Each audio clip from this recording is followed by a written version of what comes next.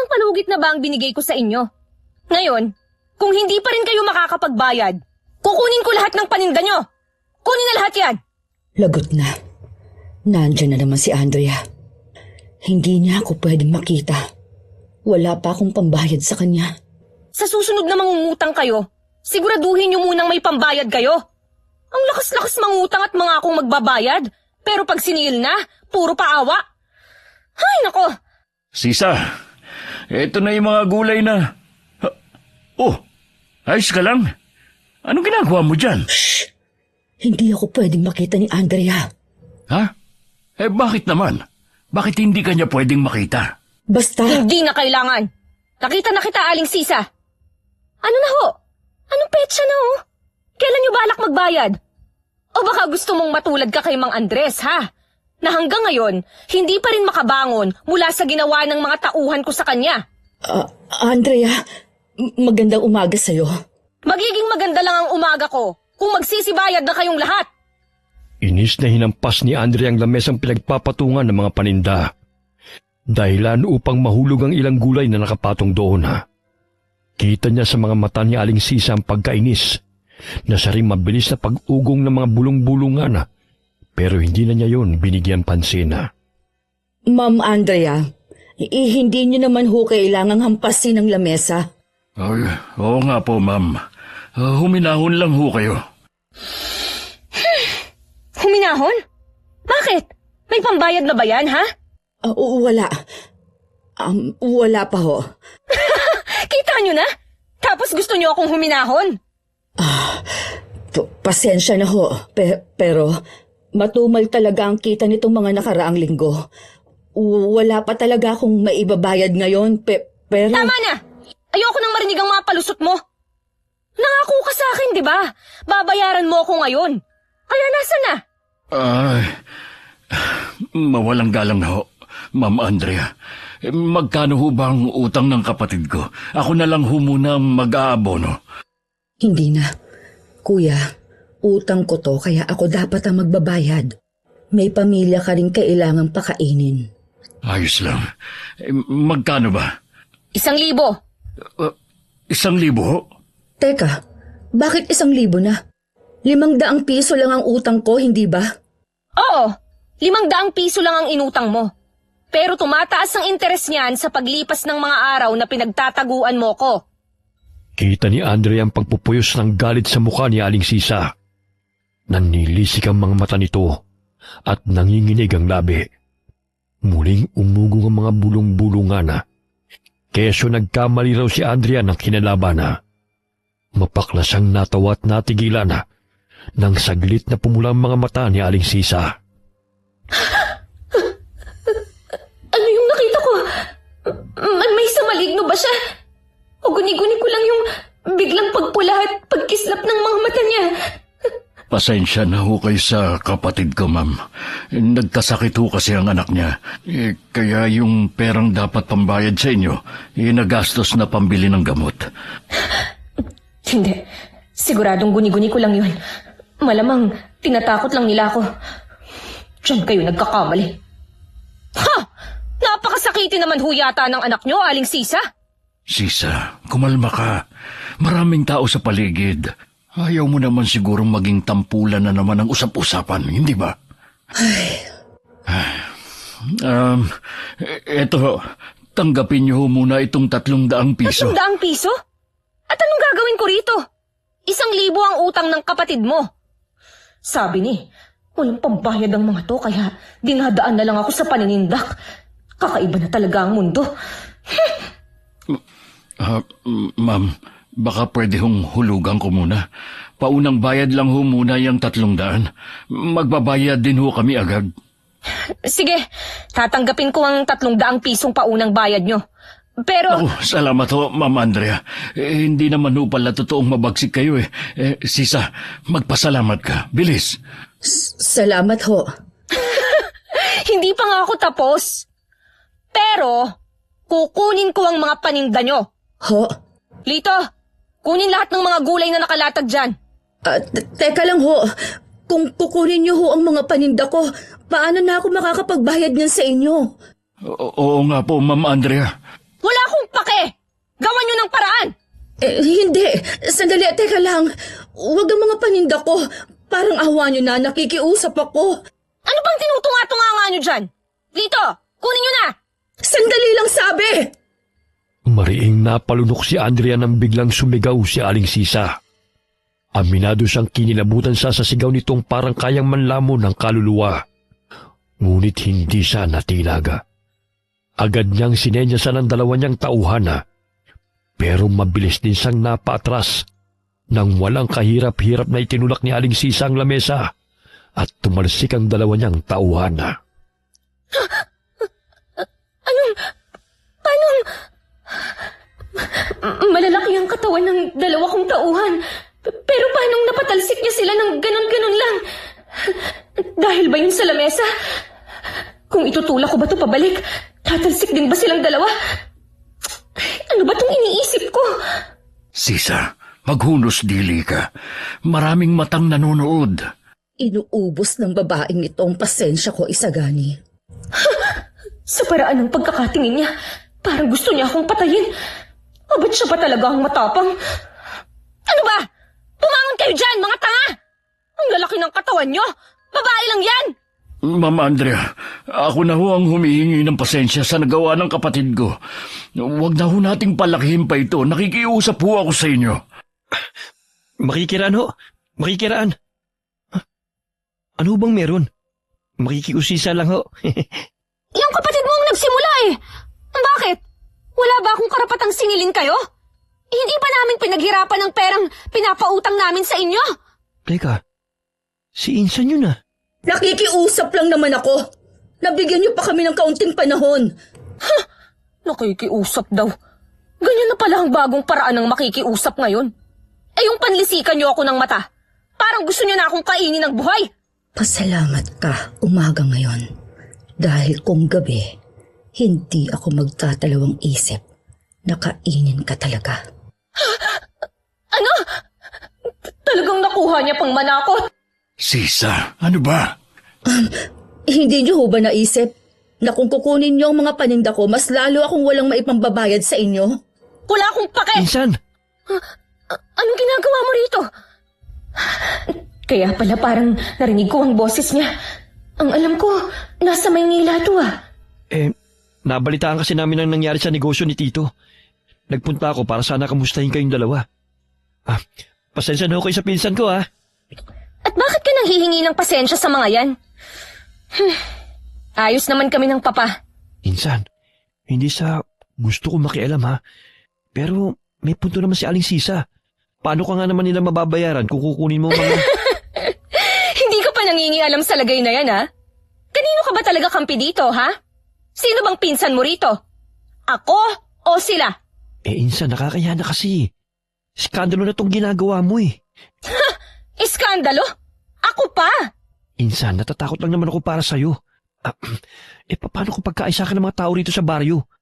Kahit pa sabihin natin may mga kasama kang tauhan, mas marami pa rin sila. Isa pa, hindi ko na gusto yung bulong-bulungan nila tungkol sa'yo. Anong bulong-bulungan? Tsaka, anong gusto mong gawin ko? Magpakabait ako sa kanila? Para gawin ulit nila sa akin ang ginawa nila noon kay Mama? Si Mama na walang ibang ginawa kundi magpakita ng kabutihan at malasakit sa kanila? Naintindihan ko kaya ka nagkakaganyan dahil sa galit. Pero Insan... Tama na. Itong tatandaan nyo ha? Babalik ako. Sisingilin ko ulit kayo. Lito, ikaw na ang bahalang maningil itong iba pang mga nasa listahan. Kapag hindi nagbayad, alam nyo na ang gagawin. Tara na. Puisit. Ang aga-aga eh. Pinapainit nila ang ulo ko. Pasensya na ho kayo sa pinsan ko ah. Kong! Lintik na to. Pinsan ko ba talaga to? Pasensya na ho ulit. Araw-araw, parating ganun nagsisimula ang umaga ni Andrea. Iikot siya sa buong baryo para maningil ng utang. At kapag hindi nakapagbayad, ay walang awa niyang kukunin ng mga paninda o alagang hayop nito. Kaya naman naglalakad pa lamang siya sa kalsada, ay nagtatago na kagad lahat ng taong madadaanan niya. Ano nangyari? Dahil mo pa'y may nakakahawang sakit kung pagtaguan kanila. Teka, Insan, hintay! Ano ba, Kong? Ang aga-aga eh. Kita mo ng bad trip yung tao, di ba? Nakisawsaw ka pa kanina. Pasensya na. Saan ka ba kasi pupunta? Sa impyerno. Ano, sama ka? Insan naman eh. Saan nga? Sa sementeryo. Magpapalamig ng ulo. Sama ako. Dalawin na rin natin si tita. Huwag ka nang sumama. Gusto kong mapag-isa. Sige na naman, Insan. Minsan na nga lang tayo magkasama eh. Bahala ka sa buhay mo. Bakit ka pala umuwi dito sa atin? Kagaya ng sinabi ko kanina, nabalitaan ko kasi yung nangyari sa negosyo nyo. Insan, ayos lang ba talaga kayo? Para kasing mas lumalala ang pakikitungo ng mga taga-baryo sa inyo eh. Huwag ka nang magtaka. Simula nung mamatay si Mama, ganyan na sila. Parang mga walang utang na loob. Kawawa naman si Insan. Ano ba talaga nangyari kay tita? Tanging si Tito lang kasi nakakalam ng dahilan ng pagkamatay ni tita. Kaso tulala naman siya at hindi makausap. Kaya naiintindihan ko kung bakit ganyan lang umasta si Andrea. Pwede ba? Huwag mo nga akong tingnan na parang nakakaawa akong bata. Pasensya na. Tahimik silang nagpatuloy sa paglalakada. Sa bawat hakbanga ay ramdam niya mga matang nakasilip at nakamasid sa kanila. Hindi naman buong baryong may utang sa pamilya nila. Ngunit hindi pa rin niya maunawaan kung bakit lahat ay tila umiiwas. Pinili na lamang niyang huwag pansinin ang mga ito. Pagkarating nila sa sementeryo. Insan, may babae sa punto ni tita. Sino kaya yon? Ha? Babae? Oo, ayun oh. Kilala mo? Hindi. Ngayon ko lang din siya nakita. Malabo namang kamag-anak ni Mama. Wala naman siyang kamag-anak dito sa baryo eh. At pagkatapos ng pagtataksil na ginawa ng buong baryo sa kanya, may lakas pa silang dumalaw sa puntod niya. Sino kaya siya? Sa liit ng baryo natin, halos lahat ng tao rito kilala ko na. Pero, parang ngayon ko lang siya nakita. Posible bang dayuhan? Pero masyadong liblib tong baryo natin kaya malabo yun. Oh, palis na siya, pinsan. Manang! Manang! Sandali lang po! Insan, tara! Insan? Sandali. Parang namumukhaan ko siya. Ha? Hindi ko lang maalala kung saan kami nagkita. Manang, teka! Sandali lang ho! Teka, Insan, sandali! Antayin mo ako! Mabilis na tumakbo si Andrea upang habulin ang matanda. Sa tansya niya ay lagpas 50 na ang edad nito. Nakasuot ng itim na belo at may katangkaran. Hinabol niya ito hanggang sa bungad ng kakahuyan. Ngunit nang akmang maabutan na niya, bigla na lamang itong naglaho na parang usok. Anong... namamalikmata lang ba ako? Bakit ka tumigil? Asa na siya? Naging... usok. Ha? Nakita ko. Bigla siyang naging usok at nawala. Ha? Insan, huwag ka naman magbiro ng ganyan. Nasa gubat tayo. Huwag ka namang manakot. Seryoso, nandito siya kanina. Hahawakan ko na sana ang balikat niya. Tapos, bigla siyang naging puting usok at nawala. Ha? Puro na lang ba ha ang sasabihin mo? Kasi Insan, parang ang labo naman nun eh. Biglang naging usok, tapos naglaho. Ano yun? Magic? Seryoso nga ako. Mukha ba akong nagbibiro? Uguni-guni ko lang yun. Naging usok? Naglaho? Ha? Insan, hindi kaya... Hindi kaya ano? Hindi kaya engkanto yun? Engkanto? Bakit naman dadalawin ng engkanto ang puntod ng nanay ko? Oo nga no. Pero kasi, wala namang taong biglang nagiging uso at naglalaho eh. Baka naman guni-guni mo lang yun. Ewan, hindi ko alam. Tara na nga. Pero asa na kaya yung matanda? Bigla siyang kinilabutan sa isipin na baka hindi nga tao ang nakita nila kanina. Ngunit ipinagkibit balikat na lamang niya yon na. Lumapit siya sa puntod ng kanyang ina. Ngunit natigilan ng mapansin ang kakaibang bulaklak. Pilak ang mga talulot nito. Mabango. Ngunit taglay ang isang halimuyak na mahirap ipaliwanag. Anong klaseng bulaklak naman to? Insan, ano yan? Ang ganda naman yan. Teka, O bakit? masama ang kutob ko dyan eh. Sabi kasi nila, kapag may bulaklak na ganyan, Yung pilak ang talulot, hindi raw basta tanim ng tao yan. Madalas daw, regalo yan ng mga hindi tiga rito. Regalo? Teka, anong ibig mong sabihin sa hindi taga rito? Di tiga rito. Ibig sabihin nun, hindi tao. Minsan, ewan ko ha. Pero kung tutungang biglang naglaho yung babae kanina, baka nga hindi siya tao. At siya lang naman ang posibleng nag-iwan yan. Dahil siya lang naman ang naabutan natin dito, di ba? Sa bagay, may punto ka. Pero bakit parang pamilyar sa akin ang bulaklak na to? Akin na, Insan. Ako na magtatapon. Ha? Sige. Nag-aalangan mana. Iniabot niya kay Kong ang bulaklak. Sinundan niya ito ng tingin at pinanood habang inililibing ni Kong ang bulaklak sa may di kalayuan. Nagtataka man kung bakit yun inilibing ni Kong. Hinayaan na lamang niya ito at muling ibinaling ang tingin sa puntod ng ina. Mama, sino ho yung babaeng dumalaw sa inyo kanina? Ano ho ba siya? Kilala niyo ho ba siya? Napakarami ko hong gustong itanong sa inyo. Gaya na lang kung ano ba talagang nangyari noon. Puro malabong alaala lang ho kasi ang meron ako eh. At ang katotohanan, wala man lang ginawa ang buong baryo para tulungan kayo. Bigla na lang silang nanahimik pagkatapos ng lahat ng tulong na ibinigay niyo sa kanila. Sana lang pwede kong tanungin ang papa. Pero kahit tanungin ko siya, hindi niya rin naman ako masasagot. Kumusta na pala si Tito? Ganun pa rin. Tulala at hindi makausap. Sabi ng doktor, severe psychological shock daw. Nagpa-treatment si Papa, pero parang wala pa ring pagbabago. Sabi ng doktor, kailangan lang talaga ng oras. At siya lang din ang makakatulong sa sarili niyang paggaling. Kinalulungkot kong marinig yan, Insan.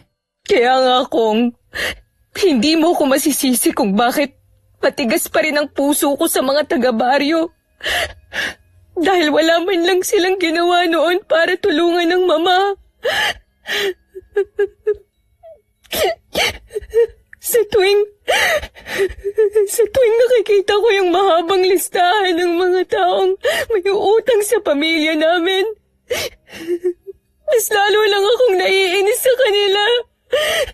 Iiyak mo lang yan, Insan. Nandito lang ako.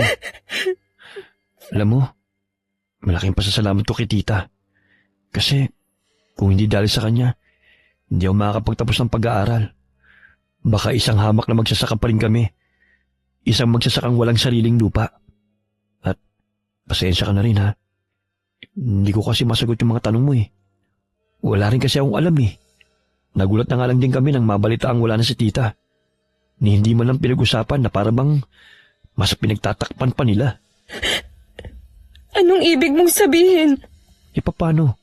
Kung hindi pa kayo nagpadala ng sulat sa akin sa Maynila, hindi ko pa malalaman. Tapos nang umuwi rin ako rito ng isang buwan, ang dami na nagbago.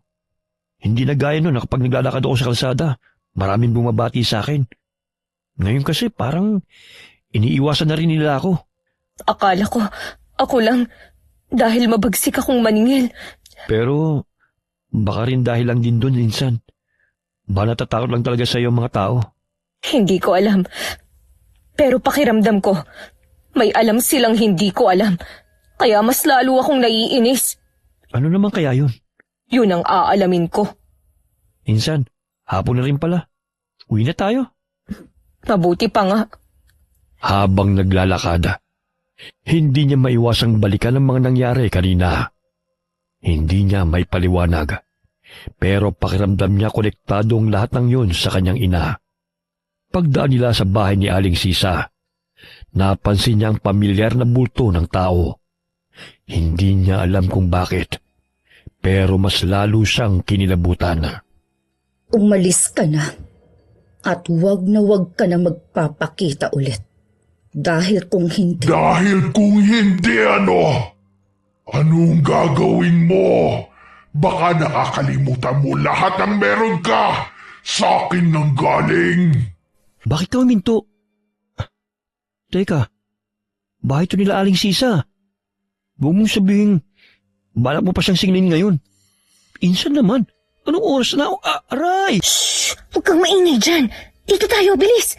Aray, bakit ba? Ayun oh, hindi ba parang pamilyar yung matanda? Saan? Alin? Ayun, yung kausap ni Aling Sisa, di ba? May kausap ba siya? Bakit? Insan, bakit ganun? Yung kausap ni Aling Sisa. Oo nga. Pamilyar siya, di ba? Hindi. Insan, yung kausap niya. Tingnan mo. Naguguluhan mana. Kunot no niyang sinundan ng tingin ng tinuturo ni Kong. At gano'n na lamang ang gulat niya nang makita ang malaking usok na hugis babae. May kulay pulang mga mata ito. Habang si Aling Sisay seryoso lang na nakatingin doon na para bang hindi man lang natatakot o natitinag. Aray! Ano yun? Ang ulo ko. Yung malalabong alaala. Bakit pamilyar sa akin ang amoy itong usok? Insan, umalis na tayo rito. Tara na. Insan? Insan, ayos ka lang? Bigla akong nahilo. Ha? Hindi ako natitinag sa'yo! Sisa! Pumasok ka na rito! Bilis! Itong sa'yo! Masyadong pambata ang mga laruan mo! Hindi ako kayang supilin ng simpleng asin mo lang! Kuya Isagani! Ayos lang ako. Pumasok ka na sa loob at puntahan ng anak mo. Pero paano ka? Ako nang bahala rito. Bagaman nahihilo, nakita niya na muling inatake ni Manong Isagani ang nilalanga. Sinabuhay nito ng asin ng lalaki.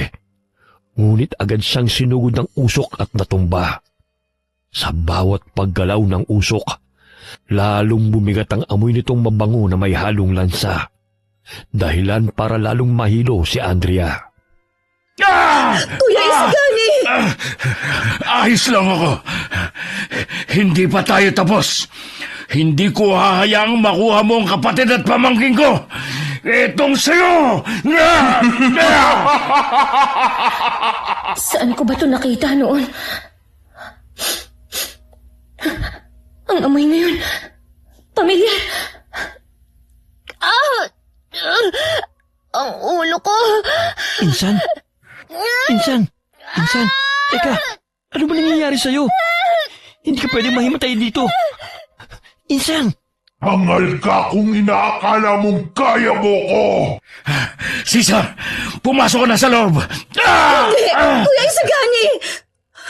Kung kailangan mo, hindi ba? Bakit hindi akong harapin mo? Sisa, wag. Nakikiusap ako sa'yo. Kuya, hayaan mo ko. Laban namin to. Hindi mo siya kaya. Pero, Isipin mo na lang ang anak mo. Pumasok ka na. kuya! Insan, ayoko pang mamatay. Tayo na! Teka, huwag mo akong yugyugin. Lalo lang akong nahihilo. Hindi! Anong, bumalik ka na sa puno ng dalakit kung saan ka naggaling! Mabilis na napasinghap si Andrea nang biglang maglaho si Aling Sisa. Sa sobrang bilis ng pangyayari, nasilay na lang niya ang isang bultong nakalutang sa ere. Natatakpan ito ng usok, kaya halos hindi niya maaninag. Ngunit may ginawa itong nagdulot ng malakas na sigaw. Kasunod ang paglaho ng usok at ang pagbagsak ni Aling Sisa sa lupa. Sisa! Ayos lang ako. Ano nangyayari? Wala na? Insan, tara. Umalis na tayo rito, bilis. Si Miro, Tayo na sa loob! Bilis! Insan, Ano nangyayari? Para akong nasusuka na hindi ko maintindihan. Parang gusto nang sumabog ng ulo ko sa sobrang sakit. Ano bang nangyayari? Insan. Dali, akin kamay mo. Kaya mo mang maglakad? Oo. Dahan-dahan lang. Insan? Teka, huy. Huwag kang mahimatay! Insan! Uy, Insan! Tulong! Tulong! May tao ba dyan? Teka, paano ba? Pumasok ka na lang sa likod ko, bilis! Bago pa man makapasan sa likod ni Kong, biglang umikot ang paligid ni Andrea. At bago pa siya tuluyang himatayin, nakita niya ang isang matandang babae. Pamilyar ang mukha nito at nakangiti pa sa kanya. Pagdilat niya, nasa isang madilim na lugar na siya. Isang lugar na puro tubig ang paligid. Nasaan ako? Anong lugar to? Kong! Papa! Nasaan na ba ako? Ang lamig. Ang lamig naman dito. Kong! Andrea, Mama! Mama, ikaw ba yan? Mama, nasan ka po? Andrea, malapit nang dumating ang tamang panahon. Malapit na. Ang alin po? Nasaan ho ba kayo? Mama! Nasaan ho ba tayo? Ano pong malapit nang dumating? Mama! Nandito ka sa tirahan ko. Sino ka? Andrea, malapit na. Andrea, gising ka na. Panaginip. Panaginip lang. Ayos ka lang. Pinagpapawisan ka. Tawagin ko lang muna ang doktor. Doktor? Nasaan na ba ako? Teka, kwarto ko to ah. Ay, nasa bahay na pala ako. Saglit na isinandal ni Andrea ang ulo niya sa ulunan ng kama. Makalipas ang ilang minuto, muling bumukas ang pinto at pumasok dito si Kong, kasama ang isang doktor. Paglapit nila, agad siyang sinuri nito. Pagkatapos ay may ilang utos ang ibinigay kay Kong bago muling lumabas ng pinto. Ano? Kumusta? Nilalamig ka pa rin ba? Hindi na. Ano bang nangyari? Anong sabi ng doktor? Sabi niya, baka na-trigger lang daw ang trauma mo. Nabanggit ko rin kasi sa kanya na dinalo natin kanina si tita at may mga nangyaring kakaiba. Sabi niya, baka yun ang dahilan kung bakit ka biglang inapoy ng lagnat at hinimatay. Pero, ayos ka na ba talaga, Insan? Inapoy ng lagnat? Oo, nang madala kita rito kanina, bigla ka lang inapoy ng lagnat. Mabuti na nga lang din at nandito si Doc para sa regular check-up ng papa mo, kaya natignan kanya kaagad. Sandali, binuhat mo ako pauwi? Mula sa bahay nila Aling Sisa? Nakaya mo akong buhatin? Oo, ang bigat mo nga eh. Halos mabali itong likod ko. Isa pa, wala naman akong pagpipilian eh. Sa takot ko na baka magpakita ulit yung usok, ginamit ko na lahat ng lakas ko para lang mabuhat ka pabalik rito.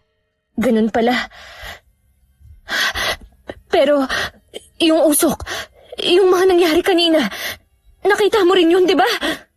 Oo, hanggang ngayon na kinikilabutan pa rin ako pag naiisip ko yun. Alam mo, mas mabuti pang huwag na natin pag-usapan yun. Nananayo ang balahibo ko, nakakilabot. Nga pala, sigurado ka bang okay ka na talaga? Oo, medyo mabigat lang ang katawan ko. Mabuti kung ganun. Maiwan na muna kita para makapagpahinga ka. Kong, May problema ba? sasabihin ko ba sa kanya ang tungkol sa napanaginipan ko? Pero baka mas lalo lang siyang hindi makatulog. Wala. Gusto ko lang magpasalamat. Ang papa pala, Nasa kwarto niya, nagpapahinga. ikaw pala, saan ka matutulog? Uuwi ka ba sa inyo? Baka hinahanap ka na nila tita. Ayos lang. Gabi na rin naman eh. Dito na lang muna ako makikitulog sa inyo. Saka, ito naman talagang sadya ko kaya ako umuwi eh. Sigurado ka ba dyan? Hindi mo naman kailangan gawin to eh. Isa pa, ngayon ka lang din bumalik dito sa baryo. Sigurado ako, gusto ka ring makasama ng mama at mga kapatid mo. Oo, Insan. Saka, ang dahilan din talaga ng pag-uwi ko dahil gusto kong tumulong sa negosyo nyo. Pambawi man lang. Maintindihan naman yun ni Inay. Isa pa, nagkasama naman kami nung nakaraang buwan nang umuwi ako rito. Oo nga pala. Sige, meron namang guest room dyan eh. Doon ka na lang muna. Ay, insan, hinandaan pala kita ng lugaw. Ayan medyo malamig na nga lang. Sige kung ako na ang bahala dyan. Kainin mo bago ka matulog. Oo, sige na. Gusto ko na ring magpahinga. Sigurado ako. Nakita ko na yung bagay na yun noon. At yung amoy. Tama. Yun yung amoy ng bulaklak sa puntod ni Mama. At yung usok. Nung naging usok yung matanda. Ganon din yun. Magkaparehas. Hindi kaya... Siya rin yun.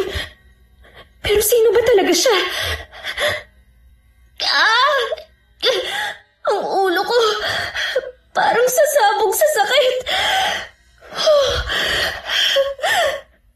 Pilit niyang ipinikit ang mga mata at kinalimutan ang mga nangyayari.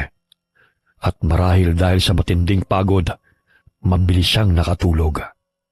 Kinaumagahan, maaga siyang nagising at nagtataka na tila ba ang gaan ng pakiramdam niya. Taliwas sa naramdaman niya kagabi. Magandang umaga. Oh, ang aga mo yata nagising parang ang ganda pa ng gising mo Oo nga eh. Medyo nagtataka nga rin ako. Pero sa palagay ko, magandang pangitain to. Baka maraming magbabayad ng utang ngayon. Maniningil ka pa rin? Pagkatapos ng mga nangyari? Magpahinga ka muna kaya, Andrea. Okay na naman na ako. Tsaka mas okay na rin to, no? Kailangan ko ng pera dahil konti na lang. Wala na akong maipambabayad sa doktor ni Papa. Tsaka sa caregiver niya. Ay, yung sakahan kasi, palugi na. Kaya huwag ka nang magreklamo at samahan mo ko. Hindi ba't kaya ka nga umuwi rito?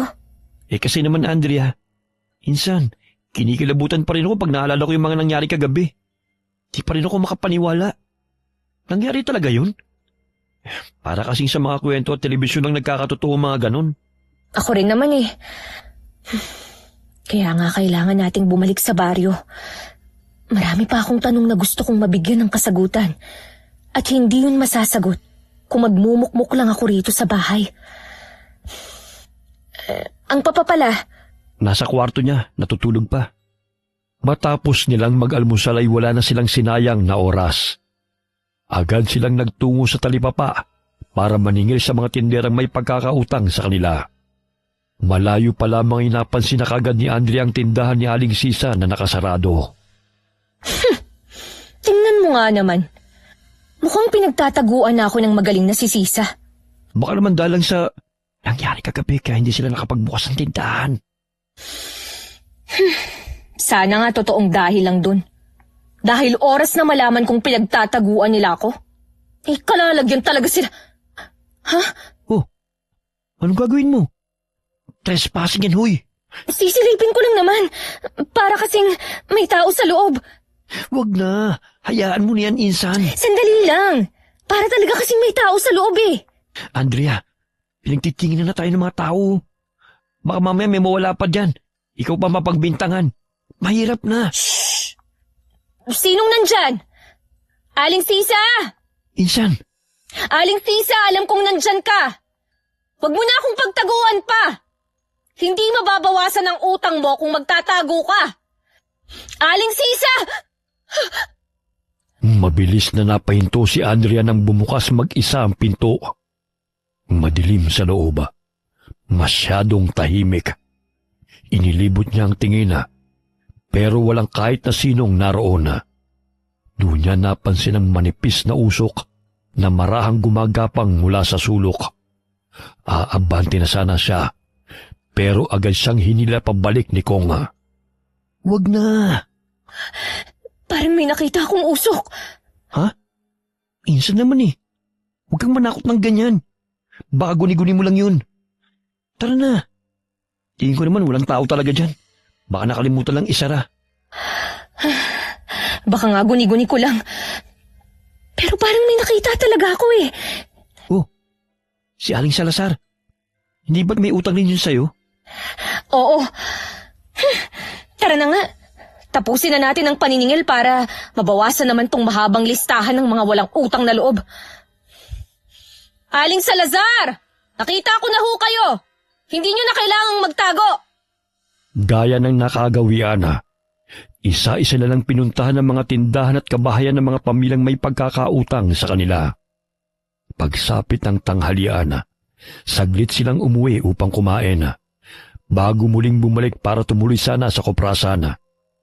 Ngunit napahinto si Andrea nang matapat sila sa bahay ni Aling Sisa. Kong, sandali lang. Bakit? May problema ba? Naamoy mo yun? Parang... Anong amoy yun? Parang amoy na susunog. Oo nga no. Parang galing sa loob ng bahay ni na Aling Sisa. Hindi kaya bumalik ulit yung usok na hugis babae? Insan, tara na. Umalis na tayo rito. Ayoko pang mamatay no. Sandali. Hindi pa tayo sigurado kung totoong bumalik yung usok. Baka naman nagsisigalang sila. Uy, teka. Ano naman yung gagawin mo? Sisilipin ko lang. Ayan ka na naman eh. Mas mabuti nang makasiguro tayo. Isa pa, ang dami pang tanong sa isip ko na hindi pa nasasagot. At malakas talaga ang pakiramdam ko na yung matandang kausap ni Aling Sisa kahapon ng hapon at yung matandang nakita natin sa puntod ni Mama na naging usok ay iisa lang. May kausap ba talaga matanda si Aling Sisa kahapon? Yung usok na hugis babae na kasing nakita ko eh. Oo. At sa palagay ko, siya rin yung usok. Sandali lang, Insan. Hindi ba trespassing tong gagawin natin? Wala naman tayong gagawing masama eh. Sisilipin lang naman natin. Tsaka mahirap na. Ano? Baka mamaya may sunog na pala. Teka nga. Ikaw ba talaga yan? Totoo ba yan, ha? May pakialam ka kina Aling Sisa? Ayos ka lang ba? Tingin ko, may sakit ka ba?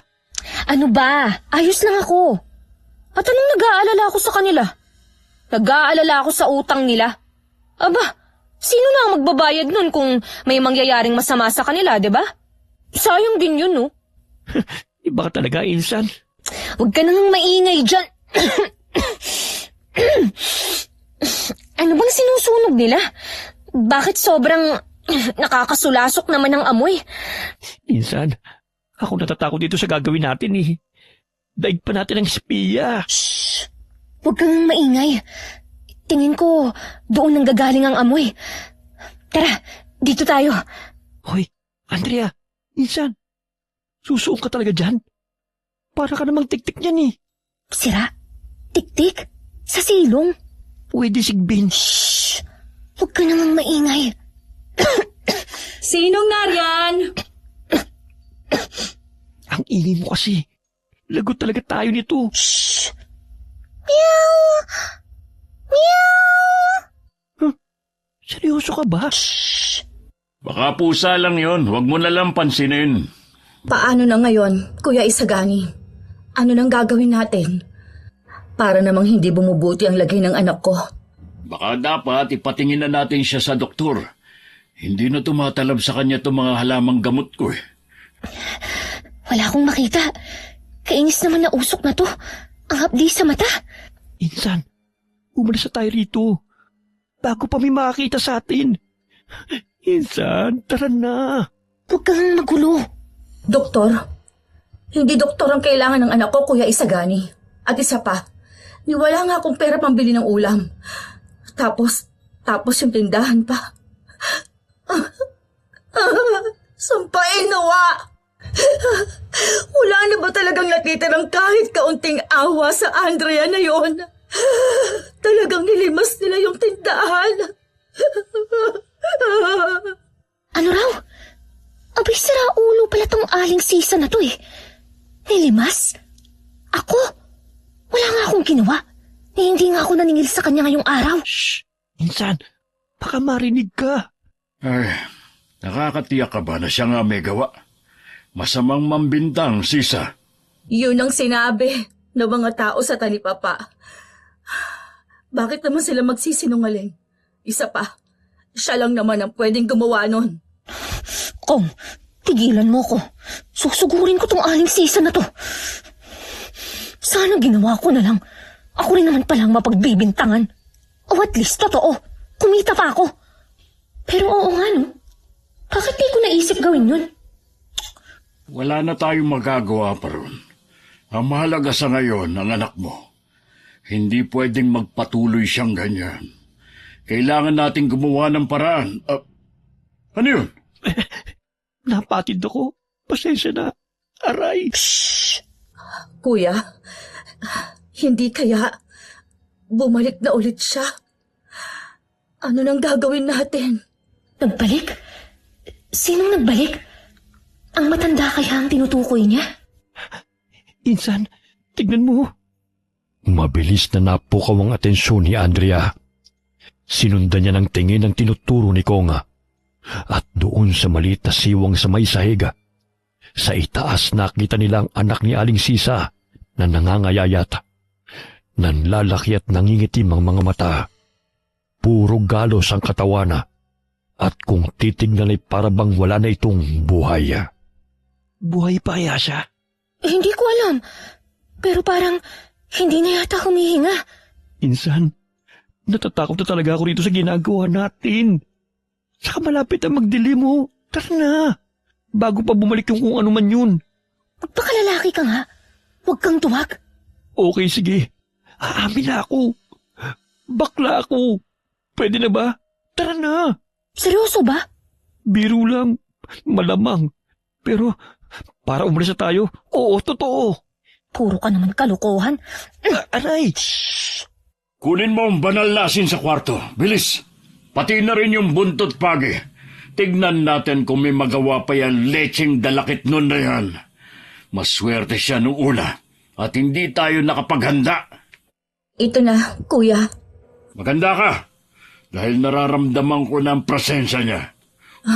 Kuya, paano kung maulit ang nangyari noon?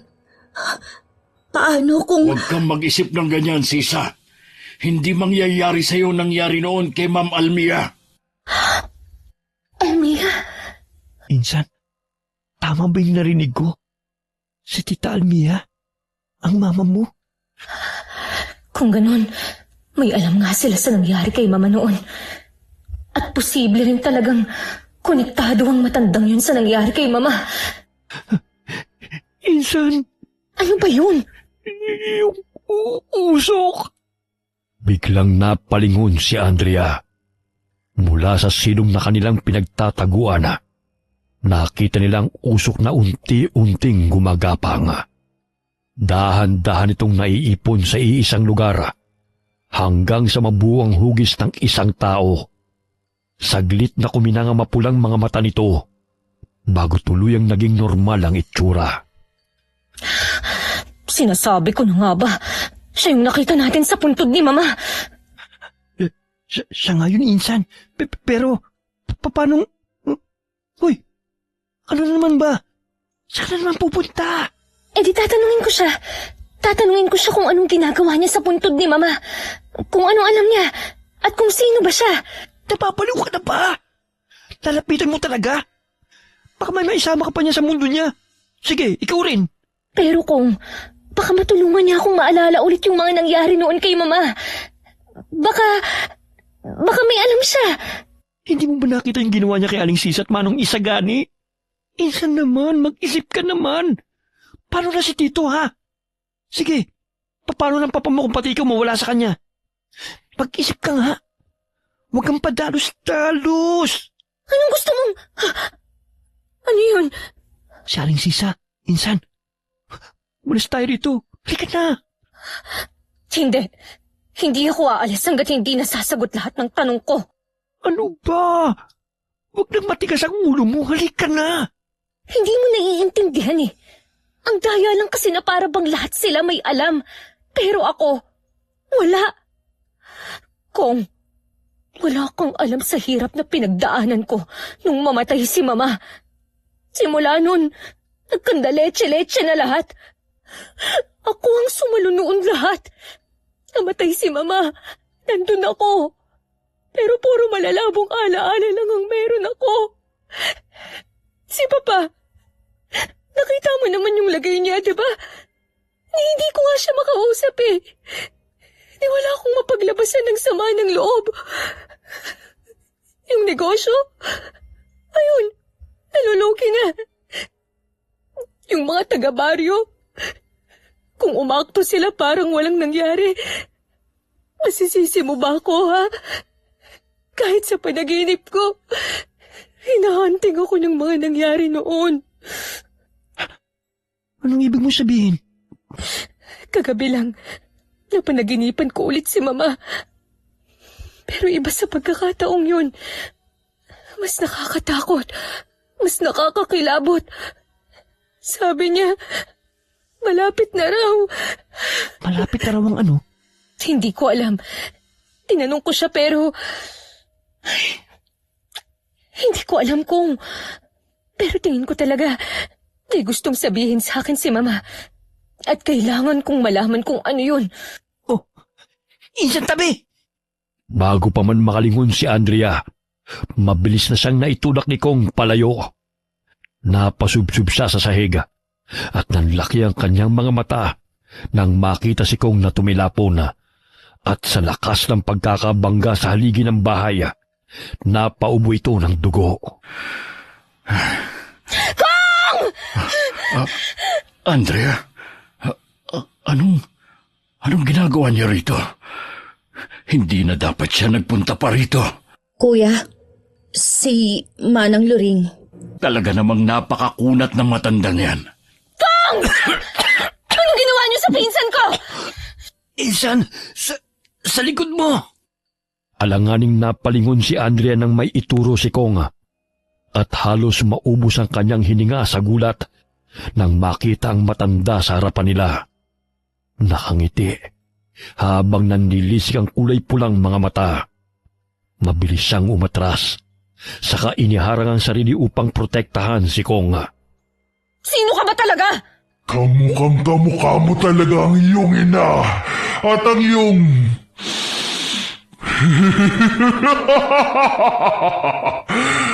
taglay mo pa rin.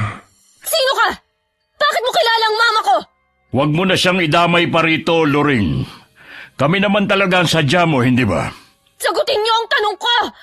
Anong alam niyo? Anong alam niyo sa pagkamatay ni Mama? Huwag kang lalapit! Sisa, pumasok ka na sa loob at ilayo mo na rito ang anak mo. Paano ka, kuya? Ako na ang bahala. Tatapusin ko ng dapat matagal ko nang tinapos. Pero... Sige na! Kuya, gamitin mo tong mutya ng dalikit nun para makatakas rin kayo rito. Alam ko, wala itong gaanong epekto sa kanya dahil sa kanya rin nagmumula ang kapangyarihang meron to. Pero... Hindi. Gamitin mo yan pang protekta sa inyo ng anak mo. Ano ba? Sagutin mo ang tanong ko! Sino ka? Anong alam mo? Ngayon na! Loring! Humanap ka ng katapat mo! Etong sayo!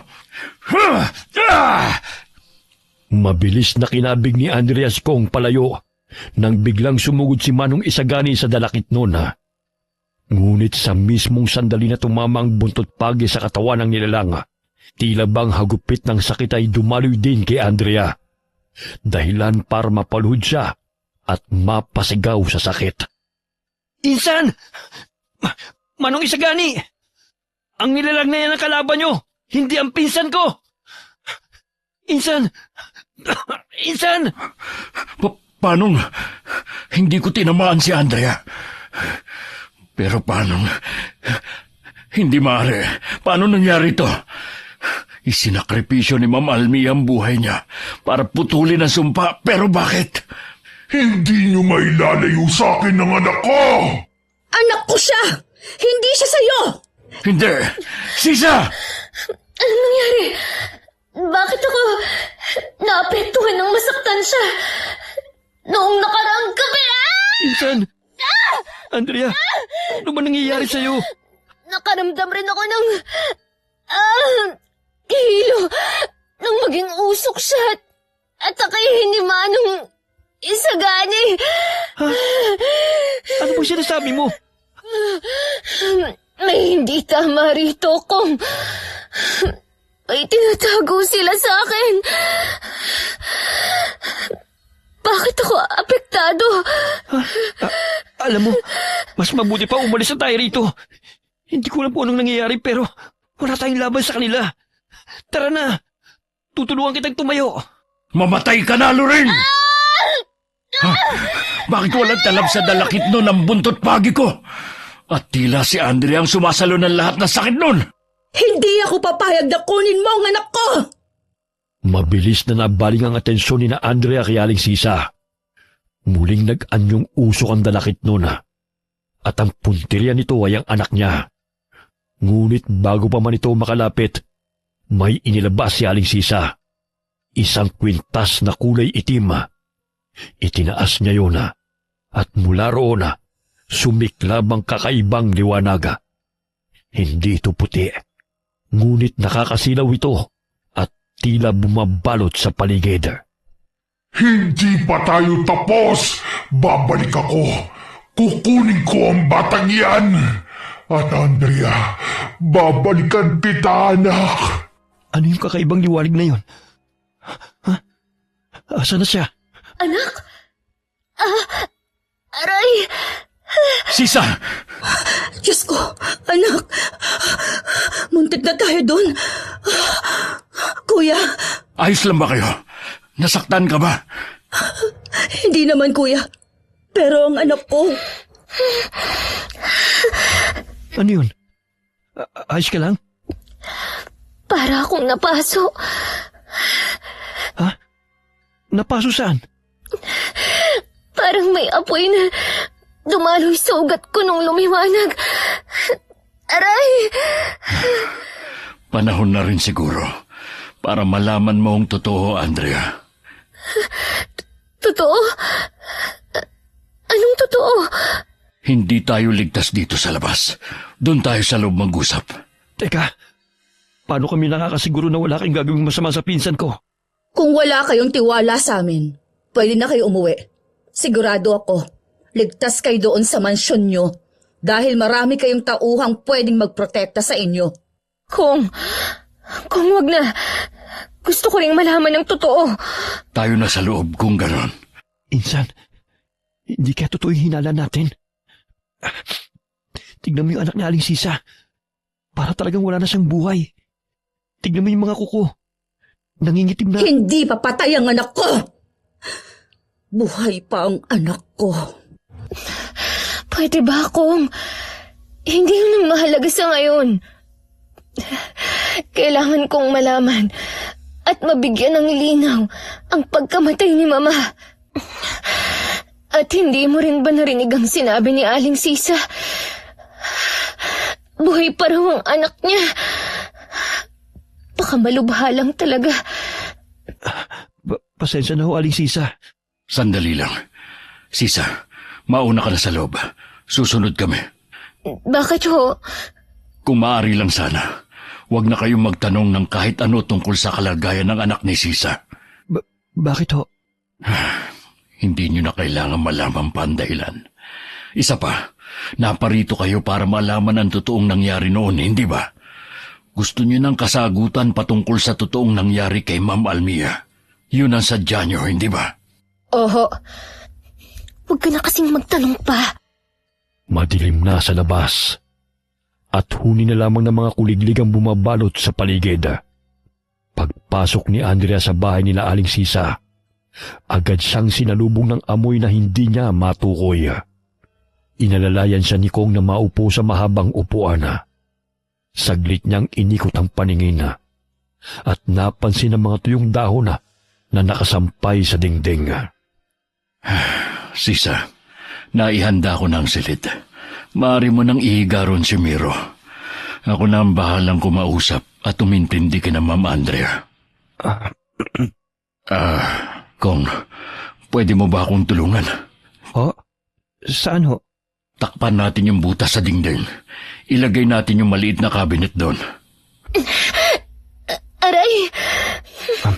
Sige po. Ayos ka lang ba dyan, Insan? Ha? Oo.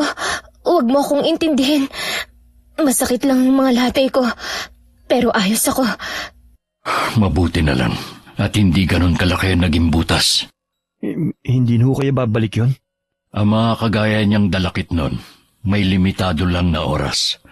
Hindi sila pwedeng mawalay ng matagal sa puno nila. Ikakapanghina nila yon. Kaya pala kaparehong oras din nung nakaraang gabi siya nawala. Oh, Teka, alam niyo ho na nandun kami? narinig ko ang sigaw mo. Nakita ko kayo. Maiba ho pala ako. Ano ho ba yung dalakit nun? Saka, bakit niyo ho tinawag na dalakit nun si Manang Luring? Yung matanda, dalakit nun ba siya? Oo, isa siyang dalakit nun. Isang uri ng hindi lang basta engkanto, kundi aswang rin. Ho? Hindi lang engkanto, kundi aswang din? Totoo pala yun. Akala ko kwento-kwento lang yun ng mga matatanda. Totoo pala talagang merong engkantong aswang. Pero, anong pinagkaiba nun? Mas nakakatakot pala yun. Grabe. Oo nga, grabe. Kung kumuda ka riyan, para kang hindi tumama sa haligi at umubo ng dugo kanina. Para saan ho pala yung mga dahon na kinuha nyo? Para dyan sa mga natamo niyong sugat. Unahin na kita kong. Akin ang kamay mo. Kamay ho? Oo, kamay mo. Alanganing iniabot ni Kong ang kamay kay Manong Isagani. Pagkaabot niya, agad itong pinulusuhan ng matanda, habang si Andrea na may tahimik na nakamasid. Doon niya napansin ang liwanag na kumislap mula sa loob ng kwarto, kagaya ng nakakasilaw na liwanag kanina, bago tuluyang naglaho ang nilalanga. Bumalik pa siya. Aray. Dahan-dahan lang ho. Medyo masakit. Ayan, ayos na ba? Oo, ayan. Mas okay na ho. Sige, Ma'am Andrea. Kayo naman ho. Andrea? Insan. Oh, yung mga sugat at latay mo. Nawala. Bumalik siya. Bumalik ho siya, Manong Isagani. Nakita ko ulit yung liwanag kagaya nung bago siya nawala. Ha? Sino? Yung dalakit nun? Yung matanda? Hindi siya nagbalik. Ganun. Ano yung nakita ko? Ang nakita mong liwanag na galing sa loob ng kwarto ay ang liwanag na nagmumula sa mutya ng puno ng dalakit o ang mutya ng dalakit nun. Pero, bakit yung mga sugat niya nawala? Dahil ba sa liwanag? Oo nga. Ang mga sugat ko wala na. Paano ho nangyari yun? Mabilis silang napatigil nang biglang bumukas ng marahas ang pinto ng kwarto at lumabas doon si Aling Sisa na aligaga. Walang pasabi itong lumapit kay Andrea. Isa-isang sinuri ang mga braso niya na parabang may hinahanap. Saglit siyang natigilan. Saka pinukulan si Andrea ng masamang tingin. Baka sa kanyang mukha ang pagod, pagkadismaya at desperasyon na. Asan na? Anong ginawa mo? Ho? Asan na? Anong ginawa mo? Bakit nawala ang mga latay at sugat mo? Bakit yung sa anak ko hindi? Bakit yung sa'yo naghilom? Aray! Aray ko! Aling Sisa! Nasasaktan ho ako! Anong ginawa mo? Paano naghihilom ang mga sugat mo? Sisa! Sisa, kumalma ka! Kuya! Oo nga ho, Aling Sisa. Kahit ho kami, hindi namin alam kung paano gumaling ang mga sugat niya. Kuya, bakit ganon? Bakit naghihilom ang mga sugat niya? Bakit si Miro hindi? Bakit? Hindi ko rin alam. Siguro dahil mas bata si Miro. Mas mahina ang katawan niya at... At ano, kuya? At siguro dahil sa sakripisyong ginawa noon ni Ma'am Almia para kay Andrea. Siguro, hindi man tuluyang naputol ang sumpa pero nakatulong yon para hindi siya masyadong maapektuhan. Ibig mo bang sabihin, kailangan ko ring isakripisyo ang buhay ko para kay Miro? Humiling ako ng anak para may makasama ako. Tapos ngayon, kailangan kong mamatay para mabuhay siya. Asan ang hustisya doon, kuya? Paano mabubuhay ang anak ko pag nawala ako? Kuya, sinabi mo hindi ako magagaya kay Ma'am Almia. Pero bakit lumalabas na kailangan ko rin magsakripisyo? Sisa, huminahon ka lang. Huminahon? Paano kung hihinahon? Hindi ako pwedeng mamatay. Hindi pwede. Doon na lang muna kami sa kusina ni Insan, Manong Isagani. Tara na, Insan. Mabilis na hinila ni Kong si Andrea palabas ng kusina. Naguguluhan mana. Nagpatianod na lamang siya. Mula sa loob, maririnig pa rin ang hagulgol ni Aling Sisa. Walang nagsasalita sa kanilang dalawa, na parabang pati ang gabi nakikiramay sa bigat ng kanilang dinanas. Ilang minuto pa, tumahimik na rin sa loob. Tumahimik na, Insan. Nakatulog na si Sisa. Pwede na kayong pumasok. Alam ko kung sinabi niyo na huwag na kaming magtatanong ng kahit ano tungkol sa anak ni Aling Sisa. Pero, ano ho ba talagang nangyari sa anak niya? Nang mamatay ang mama mo, naroon ako. Nakita ko kung paanong walang awang kinitil ni Loring ang buhay niya. Ang dalakit nun na yun.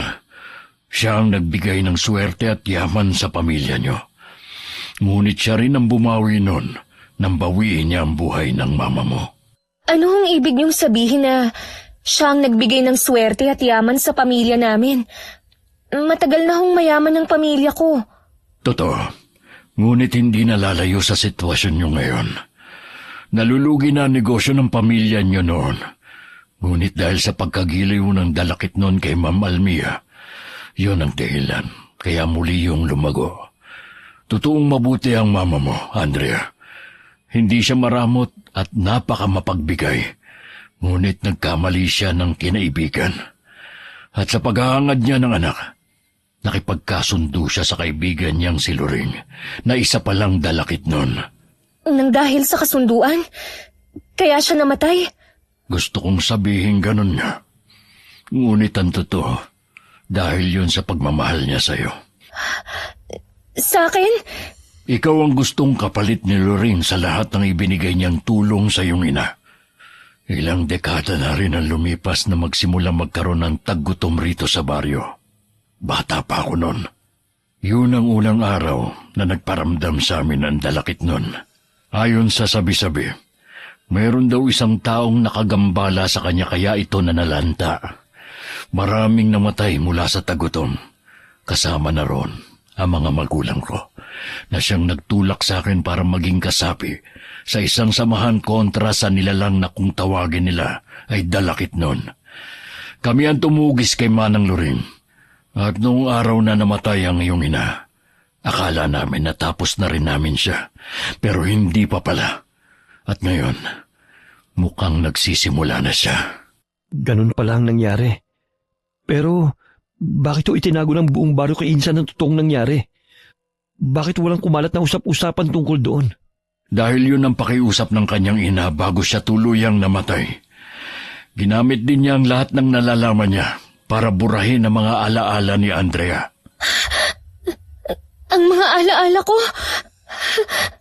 Mas minabuti na rin ang ating kapitan na siyang pinuno ng aming samahan na ilihim ang nangyari para na rin sa kapakanan ng lahat at sa pakiusap ng iyong ina, Andrea. Natakot din ang mga taga-baryo kaya mas minabuti nilang umiwas sa'yo. Yung mga sugat niya ho, hindi naman sa tinamaan ng buntot bagi niyo Pero bigla siyang nagkaroon ng latay. Saka bigla na rin naghilom. Marahil bunga yun ng kasunduan, kaya may pagkakakabit din siya kay Loring. Hindi ko alam. Hindi ako sigurado. Kung ganun, ang lahat ng yun... Ang ulo ko! Aray! Ano nangyari sa'yo, Insan? Ang ulo ko! Ang ulo ko! Masakit! Anak! Narinig ko siya! Naririnig ko siya! Sino narinig mo? Ang boses na yun! Siya yung sa panaginip ko! Malapit malapit na kitang makasama. Hindi! Manong Isagani, anong nangyayari sa kanya? Andrea! Manong Isagani! Biglang nanlamig ang buong katawan ni Andrea na sinabayan pa ng matinis na tunog. Umikot ang paningin niya hanggang sa tuluyan siyang mawalan ng malaya. Mabilis siyang naalimpungatan nang marinig ang tila mga boses na nag-uusap. Sa simula'y malabo at parang nagmumula sa malayo, ngunit unti-unting naging malinaw habang dahan-dahang bumabalik ang kanyang ulirat. Aray, hindi ko kwarto to. Ang ulo ko. Ano na hong gagawin natin? Galit na galit ang mga tao. Nandito pa rin pala kami. Kong, anong nangyayari? Ba't parang ang daming tao sa labas? Insan, gising ka na. Nagkalat ang mga patay na hayop malapit sa bungad ng gubat at lahat sila. Si Aling Sisang sinisisi. Ano? Paano nangyari yun? Hindi rin namin alam eh. Saka, bakit si Aling Sisa ang sinisisi nila sa pagkamatay ng mga hayop? Kailangan nating makaalis dito nang hindi naahalata ng mga tao sa labas. Paano? Pwede tayong dumaan sa gilid ng bahay. Pero saan ho tayo dadaan palabas? Makikita pa rin nila tayo. Sa silong, may pintuan sa sahig doon sa kwarto. Pwede tayong dumaan doon. Tayo na. Bilis! Kong, Bakit? ano ba talagang nangyayari? Hindi ko rin alam eh. Nagising na lang ako dahil sa ingay. Nahahalata mo rin ba? Parang may tinatago sila sa atin. Pansin ko kasing kanina pa nila iniiwasan ng mga tanong ko eh. Pansin ko nga rin, Insan. Kayong dalawa. Tayo na. Oo. Dahan-dahan lang. Saka huwag kayong maingay para hindi nila tayo mahalata. Nagkatinginan saglit sina Andrea at Konga bago sumunod kay Manong Isagani. Pagkababa nila sa silong, mabilis silang lumusot sa gilid ng bahay. Tumawid sa mga halamanan at dumiretso sa gubat. Mabuti na lamang at walang nakapansin sa kanila. Ngunit habang naglalakad ay tumambad sa kanila mga patay na ibon at may ilang mga patay na baboy ramo. Sko, ano ba yan? Sigurado ko, hindi tao may gawa nito. Hindi ho kaya ang dalakit no ng may gawa? Posible. Pero bakit kay Aling Sisa sinisisi? Kuya, saan na tayo pupunta ngayon? Iniiwasan talaga nila ang tanong mo, Insan. Pwede kayong tumuloy sa amin pansamantala. Mas ligtas tayo ron kesa sa kagubatan. Hindi na. Kuya, baka pwede tayong tumuloy sa inyo. Delikado. Kung doon kayo pupunta, hindi malabong makasalubong ninyo sila. Pero kung sa bahay namin tayo pupunta, pwede tayong dumaan sa kagubatan. Lusot ng niyugan. May daan doon papunta sa amin. Mas malayo ang daan pero mas ligtas. Pero kuya, May punto si Andrea, Sisa. Mas ligtas kung sa kanila muna tayo pansamantalang mananatili. Kung ganoon, dito ho ang daan. Naunang naglakad si Andrea. Paminsan-minsan ay nililingon niya ang mga kasama niya sa kanyang likuran. Napansin niyang hirap na hirap si Aling Sisa sa pagkarga ng anak. Sa tansya niya'y nasa 4 na taong gulang pa lamang ito. Ngunit ang ipinagtataka niya ay payat naman ang bata. Pero parang hirap na hirap si Aling Sisa na buhatin ito. kanina pa tayo naglalakad. Malayo pa ba tayo? Konting tiis na lang ho. At, ayun, natatanong ko ng bahay nila, Insan. Pansin kong nahihirapan na ho kayo, Aling Sisa. Gusto niyo ho bang magpahinga muna? Ay, hindi na. Kaya ko pa. Bilisan na lang natin na makapagpahinga na tayong lahat. Ayan, konti na lang. Malapit na ho tayo. Tuloy kayo. Ate Maya! Ate Maya! Mabilis na tinungo ni Andre ang kwarto ng kanyang ama at sakto namang nakasalubong niya roon ang doktor nito. Bahagya itong nagulat at napatulala nang sundan ng tingin ni Andre ang tinitingnan nito. Nakatuon yun sa anak ni Aling Sisa. Mabilis pa itong napa-sign of the cross na para bang nakakita ng multo. Ayos lang ho ba kayo? Para ho kayong nakakita ng multo ah. Ay, oo nga, Insan. Aling Sisa, si Doc Alvin ho, siya yung doktor ni Tito. Magaling na doktor ho yan. Baka, huwag niyo sanang mamasamain. Pwede niyong ipatingin sa kanyang anak niya. Hindi! Hindi, doktor, ang kailangan ng anak ko. Kayo, bakit nagagalit ka agad? Nasaan ho pala ang papa? Nasa kwarto niya ho ba? Kong, pupuntahan ko lang ang papa. Ikaw na lang munang bahala sa kanila. Sige, Insan.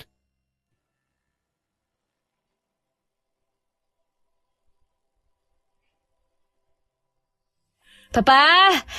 Nariyan ho ba kayo? Tinitingnan niyo na naman ho pala ang litrato ni Mama. Ang bigat ho siguro para sa inyo, ano? Nakita niyo lahat pero wala man lang kayong nagawa. Alam ko na ho lahat, Papa. Unti-unti na rin hong bumabalik ang mga alaala ko. Patawad ho, ha? Kung ako pa ang naging dahilan ng pagkawala ni Mama. Huwag ho kayong mag-alala. Pagbabayarin ko ang lintik na luring na yun sa ginawa niya sa pamilya natin. Maiwan ko ho muna kayo. Babalik ho ako. Kong, may nangyari ba? Insan, tama nga ako. Ano? Tama saan? Ano kasi? Paano ko ba sasabihin to? Ano kasi? Matagal nang patay yung anak ni Aling Sisa. Ano? Bago umalis kanina si Doc Alvin, kinausap niya ako. Sabi niya sa akin na kahit hindi niya pulsuhan yung bata, sigurado raw siya na matagal na itong walang buhay. Insan, tama ba itong ginawa natin? Paano kung totoo yung binibitang ng mga tao kay Aling Sisa? Ang alin? Na siya ang pumatay sa mga hayop? Ewan ko. Hindi ko na alam kung anong paniniwalaan ko eh. Kinikilabutan tuloy ako. Sandali. Baka naman nagkamali lang si Doc. Insan naman doktor yun. Ilang pasyente at bangkay nang nahawakan noon kaya imposible magkamali siya. Anong gagawin natin? Magpanggap ka na lang munang hindi mo alam ang totoo. Hahanap ako ng tiyempong makausap si Manong Isagani. Pakiramdam ko kasi may tinatago pa rin sila sa atin. Ano yun? Parang boses yun ni Ate Maya. Mabilis silang kumaripas ng takbo papuntang sala. At doon nila nakita ang tagapag-alaga ng ama ni Andrea na siya ring katiwala kapag wala siya. Nanginginig ito sa takot habang nanlalaki ang mga mata na nakatitig sa anak ni Aling Sisa. Si Aling Sisa naman ay pilit itinatago ang anak habang mahigpit itong yakap-yakap. Hindi pa patay ang anak ko. Hindi siya patay. Ate Maya! Pagsabihan mo yung katulong mo, Andrea. Hindi ko gusto ang mga lumalabas sa bibig niya. Sige na, puntahan mo na muna dun si Papa. Pasensya ka na, Andrea. Pero mali yatang nagpunta pa kami rito. Sandali. Wala akong pakialam kung totoong buhay o patay ang anak ni Aling Sisa. Pero alam niyong pareho na kailangan natin ng isa't isa. Paano natin matatalo ang dalakit nun? Si Manang Luring. Hindi natin siya matatalo. Pero pwede natin siyang ikulong sa puno ng dalakit. Paano? Kailangan nating ibalik lahat ng bagay na nanggaling sa kanya at gamitin yon laban sa kanya. Kasama na dyan ang anak mo, Sisa. Ano? Isasakripisyo mo ang anak ko? Matagal na siyang patay, Sisa. Hindi. Hindi pa patay ang anak ko. Matagal na siyang patay, Sisa. Simula na magkasakit siya ng malubha, siya naging kapalit ng kapangyarihang hiniling mo sa puno ng dalakit. Hindi. Hindi. Hiniling ko kapangyarihang pagalingin ng anak ko. Iyon ang hiniling ko. Pero nagkamali ka na, Sinamba. Tama na, Sisa. Palayain mo na ang kaluluwa ng namayapa mong anak. Hindi! Hindi ko gagawin yun, kuya! Kailangan! Kailangan mong isaulin lahat para matapos na ito. Hindi pa naman huli ang lahat, Sisa. Pwede ka pang magsimula. Sigurado ako, kung nasaan man ngayon ang anak mo, masaya siya. Buhay pa ang anak ko. Buhay pa siya. Ito siya, oh. Buhay siya. Buhay siya, kuya! Tama na! Hindi ko po gustong putulin ang pag-uusap nyo. At naiintindihan kong hindi ito madali para sa inyo, Aling Sisa. Pero mas magiging mahirap to. Hindi lang sa atin, kundi sa buong baryo na rin. Pag hindi pa natin tinapos to. Naiintindihan? Naiintindihan mo? Bakit? Isa ka rin bang ina? Hindi po. Pero alam ko kung anong pakiramdam ng mawalan. Ako man ang nasa kalagayan nyo. Gagawin ko rin ang lahat para mabuhay ang mama ko. Hindi pa patay ang anak ko.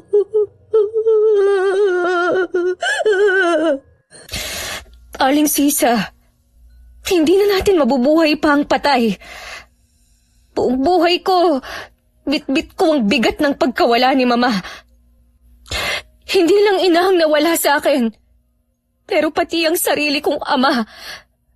Oo, buhay siya, pero hindi ko naman makausap.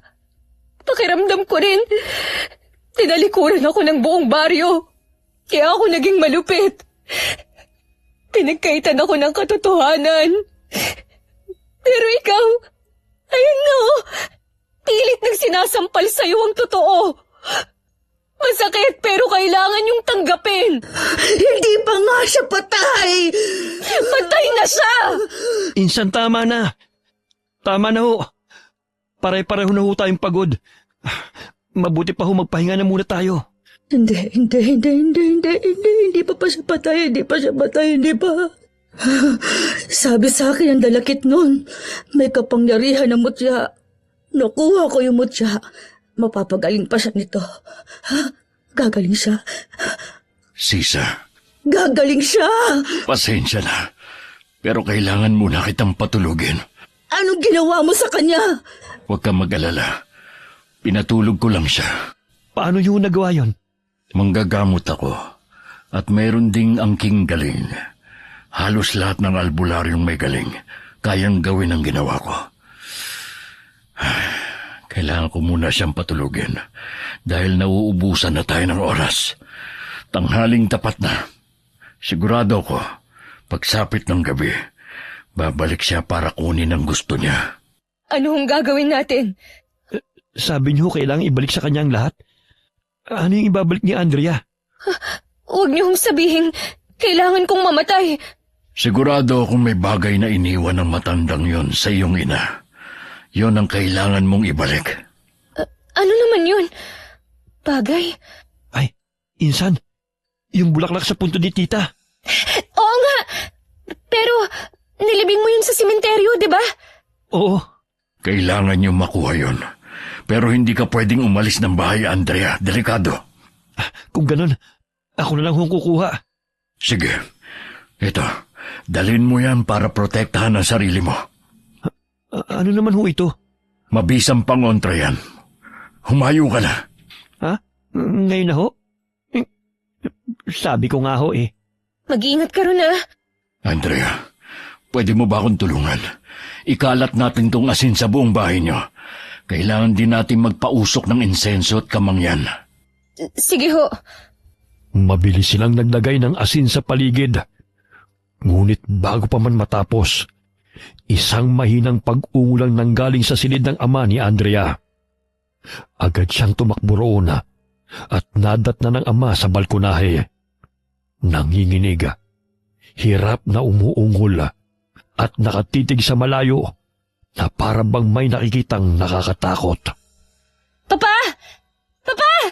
Anong nangyayari? Ate Maya! Ate Maya! Papa! Pwede ko ba siyang matingnan? Hahanapin ko lang si Ate Maya. Sige. Ate Maya! Ate Maya! Asan na ba siya? Ang sabi ko, bantayan niya si Papa eh. Kumusta ho? Bakit bigla na lang siyang nangisay at umuungol? Hindi naman ho siya ganyan eh. Ngayon lang nangyari na nagkaganyan siya. Ay, ano bang nangyayari? Bakit naman ngayon pa, Papa? Saglit siyang natigilan sa kakalakad nang mapansin ang isang bulto ng tao mula sa malayo. Masyadong malayo para maaninag niya ito. Pero mabilis niyang nakumpirma kung sino yun nang bigla na lamang itong maging usok at maglaho. Mabilis na gumapang kay Andrea ang kaba. Nakita ko si Manong Loring. Manong Isagani, ipasok ko natin si Papa, dali! Sigurado ka ba sa nakita mo? Hindi ho ako pwedeng magkamali. Insan! Insan! Si Kong, bakit nagbalik na siya agad? Kong, anong nangyari? Nakuha mo ba? Bakit ang bilis mo? Yung mga tao! Ang dami nila! Hindi ko alam kung paano nila nalaman. Pero papunta na sila rito. Ano? Yung bulaklak, nakuha mo ba? Oo, ito. Tinakbo ko lang. Ay, hinihingal pa ako. Teka lang. Paano na ho ngayon? Ang bulaklak na yan. Hindi yan isang ordinaryong bulaklak lang. Yan na nga yun. Kailangan may pumigil sa mga tao. Kailangan natin magsagawa ng ritual. Alam ko na. Kong, hanapin mo si Lito at utusan mo ang iba pang tauhan natin para pigilan sila. Ako ulit?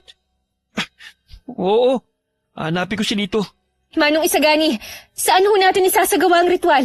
Sa mismong tirahan niya, sa puno ng dalakit.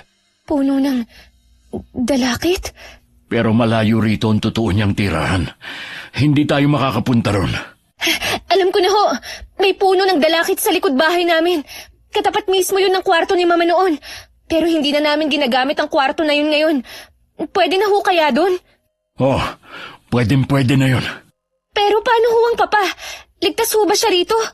Insan! Natawag ko na sila. Ayun, tamang-tama. Kong, Ako na naman? bantayan mo muna ang Papa. Dalin natin siya sa sala. Samahan niyo rin si Sisa. Ilang minuto na lang ho. Lulubog na ang araw. Kailangan na nating bilisan. Kung ganon, ano pang hinihintay natin? Tayo na! Agad silang kumilos at nagtipon-tipon sa sala. Itinuloy nila ang paglalagay ng asin sa paligid. Nagpausok din sila ng insenso at kamangyan. At nang matapos, bit-bit ang anak ni Aling Sisa at ang mutya ng dalakit, ay mabilis nilang tinungo ang nasabing kwarto. Mula sa labas, kita na ang pagkulay kahel ng langit. Kita rin doon ang mayabong na puno ng dalakit. Nagiging kulay kahel na ang langit. Ano na hong gagawin? Susunugin natin ang katawan ni Miro, kasama ng bulaklak. Ho! Doon, kailangan nating mas lumapit. Pwede mo ba akong bigyan ng ilang minuto? Gusto ko lang magbigay galang sa pamangkin ko, kahit sa huling sandali.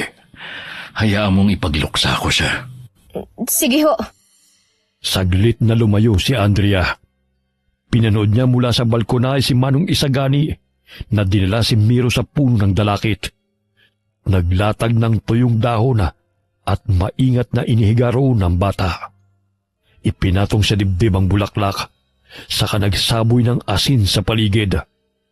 Pagkalipas ng ilang sandali, gumalaw ang kanyang labi na tila umuusal ng dasal. Miro, patawarin mo kami sa bigat na sakripisyong ito. Hindi ka na namin kayang iligtas pero sa pagsasauli sa puno ng dalakit, makakamit mo ang katahimikan. Naway matahimik ka na at hindi na muling magdusa. Sumalangit nawa ang iyong kaluluwa. Amen. Hindi ho ba natin gigisingin si Aling Sisa? Hindi na. Magwawala lang siya ulit. Kailangan na natin magsimula bago pa tuluyang dumilim. Ako magsasagawa ng ritual. Ang kailangan mo lang gawin, manatili sa loob ng bilog na asin na ginawa ko sa kwarto. Kapag natapos na, gamitin mo ang kutsilyo at hiwain ang palad mo. Ipatak mo ang dugo sa mutya, saka mo to basagin. Paano ho kayo? Hanggat nasa bilog ako, ligtas ako. Isa pa, hanggat nasa akin tong buntot pagi, mapoprotektahan ko ang sarili ko. Magsimula na tayo. Agad na pumwesto si Andrea at sinunod ang bilin sa kanya. Habang si Manong Isagani sinimulan na ang ritual. Sa umpisa'y kalmado ang lahat, hanggang sa unti-unting bumigat ang hangin. Nang akmang sisindihan na ni Manong Isagani ang mga dahon, biglang may gumapang na usok. Mabilis na naalerto si Andrea, samantalang nanatiling kalmado si Manong Isagani. Narito na siya. Andrea, maghanda ka. Ano man ang marinig mo, baliwalain mo. Sigurado akong lilinlangin ka niya. Hindi ako natatakot kay Manang Luring. Kung nakuha mo na ng aking ina, pues ngayon, hindi ka na magtatagumpay! Ah! Andrea, hindi mo ko kalaban. Nakalimutan mo na ba? Ang taong pinagkakatiwalaan mo ang tunay na pumatay kay Almia! Hindi! Nililinlang mo lang ako! Umalis ka sa ulo ko! Ayaw kitang marinig! Insan! Insan, ano nangyayari? Buksan mo ang pinto! Huwag mong iwan sila, Papa! Laban namin to! Anak, Andrea! Mama! Hindi! Hindi! Nililinlang mo lang ako! Labanan mo, Andrea! Malapit ko nang matapos ang ritual! Andrea, anak! Nasasaktan ako! Mama! Ngayon na! Hindi! Nagpakita ka ring hinayupa ka! Etong sa'yo! Andrea! Huwag kang magpapadaig sa mga naririnig mo! Nililinlang ka lang niya! Biglang natigilan si Andrea. Nagkulay pula ang kanyang mga mata, kasabay ng matinis at nakakangilong tunog. Para siyang nabibingi. Saan man siya tumingin, wala na siyang ibang nakikita kundi kulay pulang paligid. Maging si Manong Isagani ay nagbago ang anyo sa kanyang paningin. Hindi! Hindi ito totoo! Hindi! Hindi mo ako malilinlang! Sa akin ka nagmula, Andrea. Huwag mo nang labanan. Lalo ka lang masasaktan, anak. Hindi! Hindi mo ako anak! Ah! Andrea! Labanan mo! Tandaan mo ang mga biling ko sa'yo! Tama! Ang kutsilyo! Ang kutsilyo! Andrea! Manahimik ka! Katapusan mo na! Napahiyaw si Andrea sa sakit ng hiwain niya ang kanyang palada. Sinikap niyang pinatulong dugo sa kwintas na mutya. Pagkatapos ay winasak ito gamit ang kutsilyo. Napapikit siya nang biglang kumawala roon ng puting liwanag, kasabay ng pagbabalik ng mga naburang alaala niya. Mama! Andrea, tapos na! Insan, ano nangyari? Tapos na. Hindi niya na tayo muling gagambalain pa. Pero, nandyan po ang puno ng dalakit. Hindi ho ba natin susunugin yan? Hindi na kailangan. Sapat na ang ginawa natin upang panghabang buhay siyang ikulong. Mabuti naman ho kung ganon. Bigla silang natigilan nang marinig ang palahaw ni Aling Sisa. At nang puntahan nila ito, ay hindi na rin ito matigil pa sa pag-iyak habang pilit na inaabot ang kawalan. Sa palagay ko, nagkita na ulit sila ni Miro. Ayos ka lang, Insan. Naalala ko na lahat ko. Sa wakas, matatahimik na rin ang lahat ng namayapa. Pero, paano pala yung mga tao sa labas? Ako na ang bahala sa kanila. Matapos ang lahat ng pangyayari, unti-unting bumalik sa normal ang baryo. Hindi alam ni Andrea kung paano ipinaliwanag ni Manong Isagani sa mga tao ang kababalaghan. Ngunit basta na lamang naging maayos ang lahat. Ang kanyang amay nagsimulang magpakita ng pagbabago. Hindi na lamang ito nakatulala. At bagamat hirap pa rin magsalita, mas nakakausap na ito ngayon. Nabawasan din ang takot ng mga taga-baryo kay Andrea, lalo na't nagpasa siyang hindi na singilin ng mga may utang sa kanila.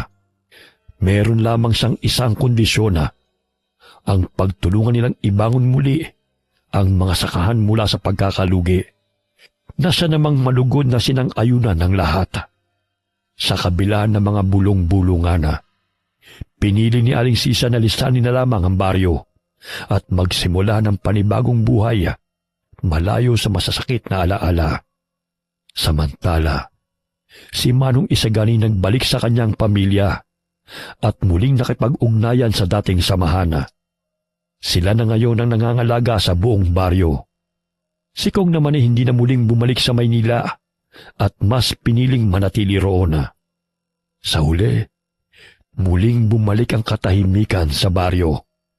Bagaman hindi kagad naghilom ang sugat mula sa nakaraan, natutunan naman nilang harapin ang takot at magtulungan upang muling bumangon at magsimula. Si Andrea, na minsang kinatatakutan, ay naging tanda ng pagbabago, na ang lakas ay hindi nasusukat sa kapangyarihan ng dugo o sumpa, kundi sa tapang na labanan ng kasinungalingan at piliing tumindig para sa iba. Okay. Sana po nagustuhan niyo ang kwento natin ngayon. Shout out po tayo sa Servano family na taga Tobias Fournier Antique from Rose Servano from Abu Dhabi, UAE. Hi kay Ruben Granad Redondo from Parañaque. Hi Enriquita Castre. Hi kay Eloisa Jane Galang from Batya, Bacoor, Bulacan. Hi kay June Mateo. Hi Sally Albino from Kawayan City, Isabela. Hi kay Rosalie Riambonanza from Saudi Arabia. Shout out sa Urbano Sisters kay Cynthia Mela, Betty Albay at Delia Baronia. Kamusta po kayo? Shout out sa Buendia family from Lucy Buendia ng Nueva Ecija. Kamusta po kayo? Hi kay Cheryl Vertudazo from Bahrain. Hi kay Dina Reclamante. Hi kay Rona Galado from Hong Kong. Hi kay Ria Duetes from Bohol. Pero nandito po siya ngayon sa Antipolo. Hi Ria. Shout out po sa lahat ng OFW dyan sa France. Lalo na po kay Liza Rosario. Mabuhay po kayo. Hi kay Rangeline Alcantara from Ditumabo, San Luis, Aurora. Hi kay Glenda Gilyado from Malaysia. Alright, maraming salamat po sa inyong lahat and God bless all of you.